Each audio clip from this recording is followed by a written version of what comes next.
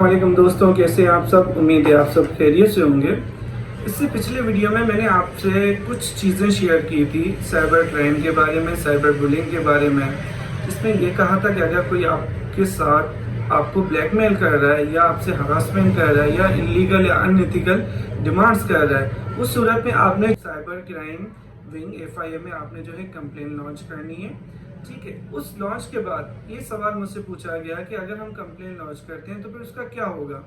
इस सूरत में हमारे पास जो है, जैसे आप ऑनलाइन कंप्लेन रजिस्टर करते हैं तो एफआईए वाले आपसे राब्ता करते हैं, फिर जिसके खिलाफ आपने कंप्लेन की होती है उनसे जो है वो उनके ऊपर जो है कार्रवाई स्टार्ट हो जाती है और कानूनी कार्रवाई के बाद उसको अरेस्ट किया जाता है और उसके ऊपर एफआईआर लॉन्च की जाती है। जब एफआईआर लॉन्च की जाती है तो उसमें इस सूरत में ये होता है कि उसके ऊपर भी ट्रायल हो जाता है, ट्रायल स्टार्ट होता है। इसमें आपको एक आधा दफा कोर्ट में भी आना पड़ता है अपना बयान देने के लिए।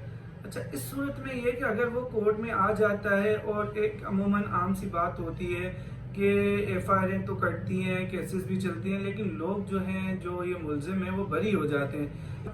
कानून इस सूरत में क्या कहता है, तो ये एक जो है एक्ट पास हुआ था जिसे prevention of electronic crime act 2016 के तहत कहा जाता है। और उसमें यह है कि अगर कोई आपको साइबर से रिलेटेड, फॉर एग्जांपल बुलिंग हो गई, हरासमेंट हो गई, या आपको ब्लैकमेलिंग हो गई, या आपके कोई ऐसे सोशल अकाउंट पे आपको कोई हरास कर रहा है, या आपका फेसबुक जो है हैक कर रहा है, या कोई ऐसी एक्टिविटी कर रहा है, तो पेका 2016 के तहत उसके ऊपर कार्रवाई हो जाती है।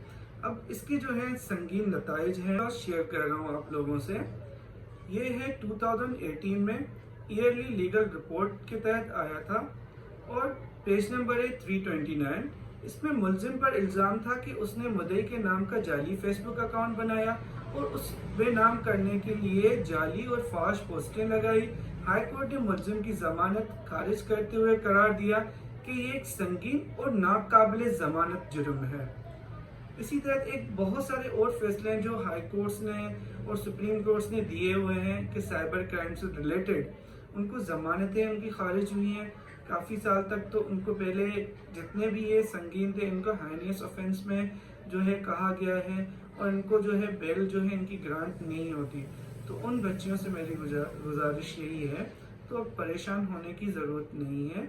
हमारे पास अल्हम्दुलिल्लाह ऐसे कानूनी कार्रवाइयाँ हो रही हैं और ऐसे इक़दाम उठा रहे हैं जिसमें आपको परेशान होने की ज़रूरत नहीं है और ना ही किसी चीज़ के बारे में आपको मज़ीद जो है ब्लैकमेल या हरास होने की ज़रूरत है।